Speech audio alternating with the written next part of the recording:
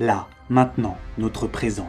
L'invention d'Internet, c'était il y a presque 30 ans. La chute de l'Empire romain d'Occident, c'est 50 fois plus loin dans le temps. D'ailleurs, ces Romains sont plus proches de nous que la construction des grandes pyramides ne l'était d'eux. Et ces monuments sont eux-mêmes 3 fois plus près de notre présent que des peintures de la grotte de Lascaux. Quant à la maîtrise du feu par les premiers hommes, c'est 30 fois plus loin dans le temps.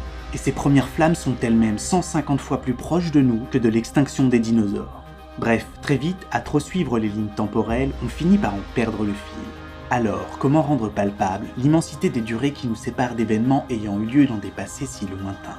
La solution tient peut-être dans un ingénieux calendrier, dans lequel serait compressé tout le temps qui s'est écoulé depuis que le monde est monde, jusqu'à le faire tenir dans une seule de nos années qui contiendrait condensé les 13,8 milliards d'années d'histoire de notre univers.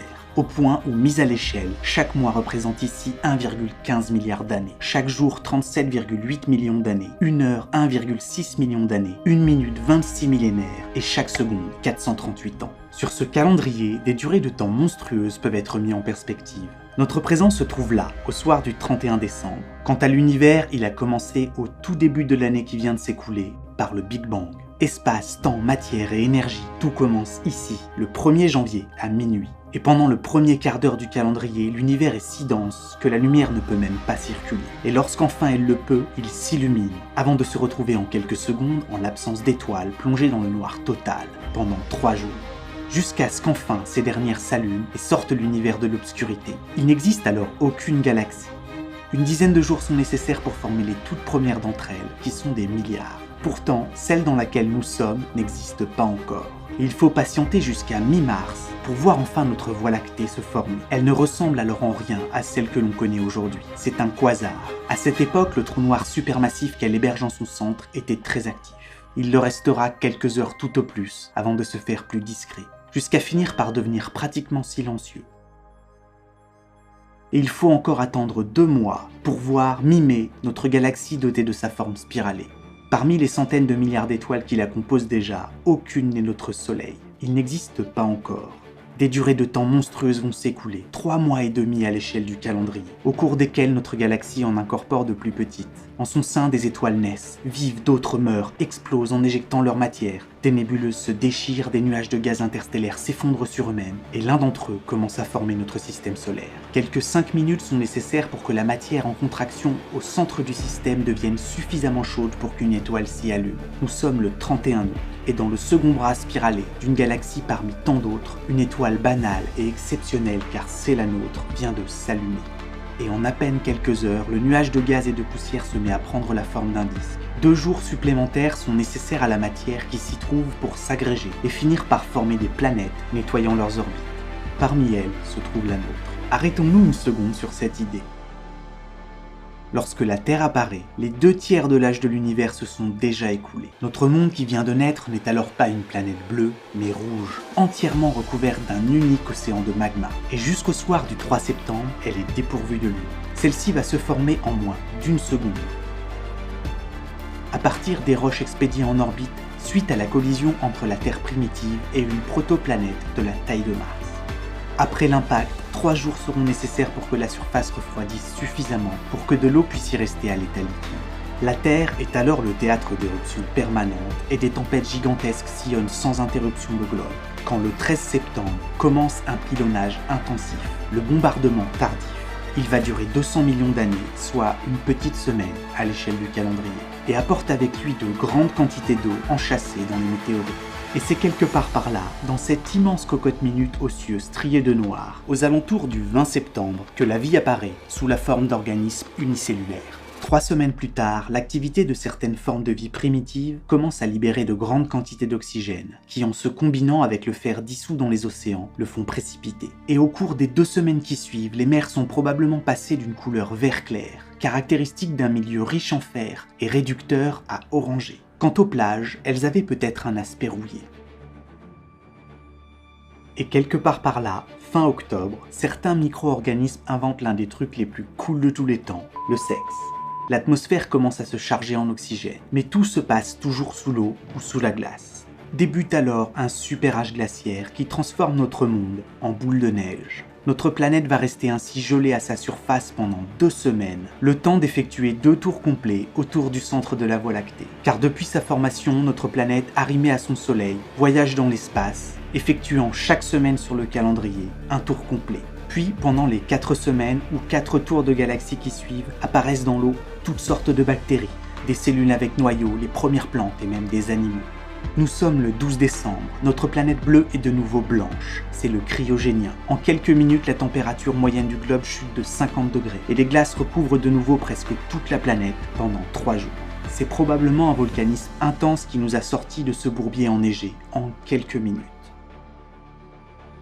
Tout ce qui est vivant est encore désespérément petit, discret et mou.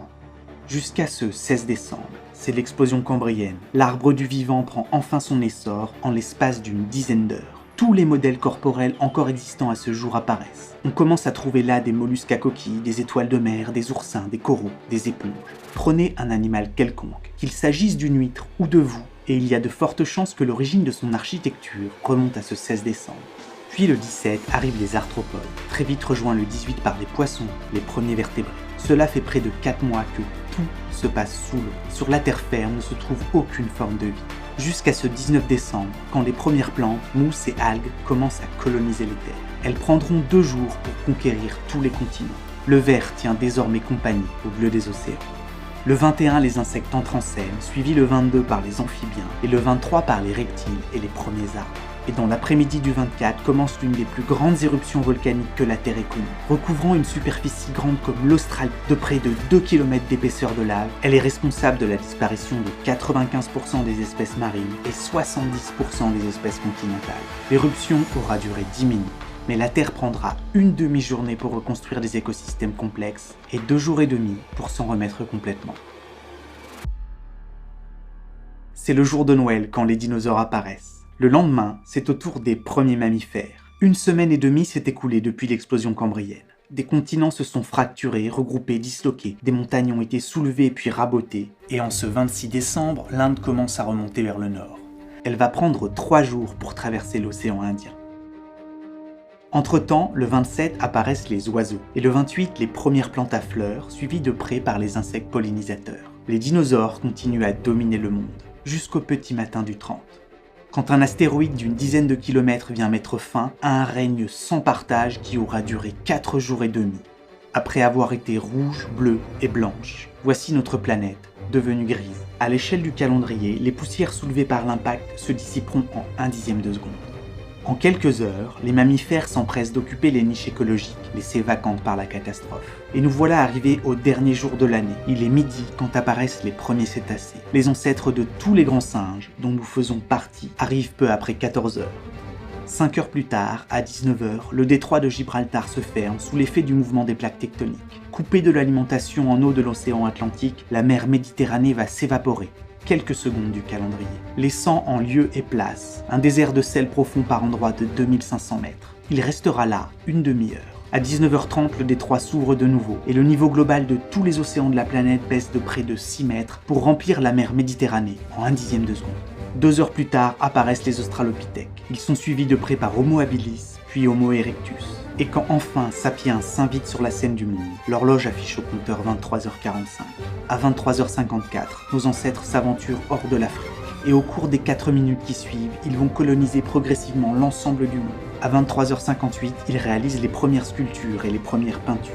Il est 23h59 passé de 20 secondes quand Sapiens laisse ses traces dans la grotte de Lascaux. De 30 secondes quand il invente l'agriculture et de 47 quand ils font les métaux et met au point l'écriture. Ainsi commencent les 13 dernières secondes qui comprennent l'essentiel de ce que l'homme appelle l'histoire.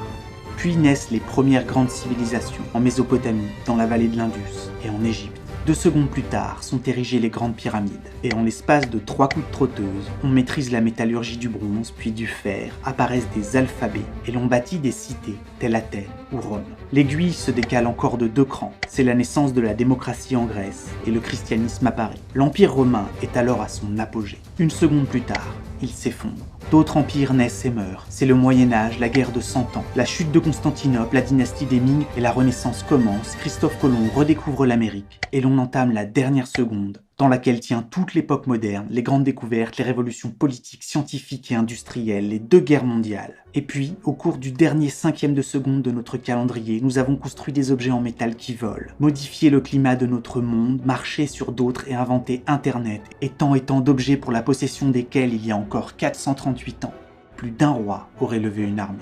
Arrêtons-nous une seconde sur cette idée.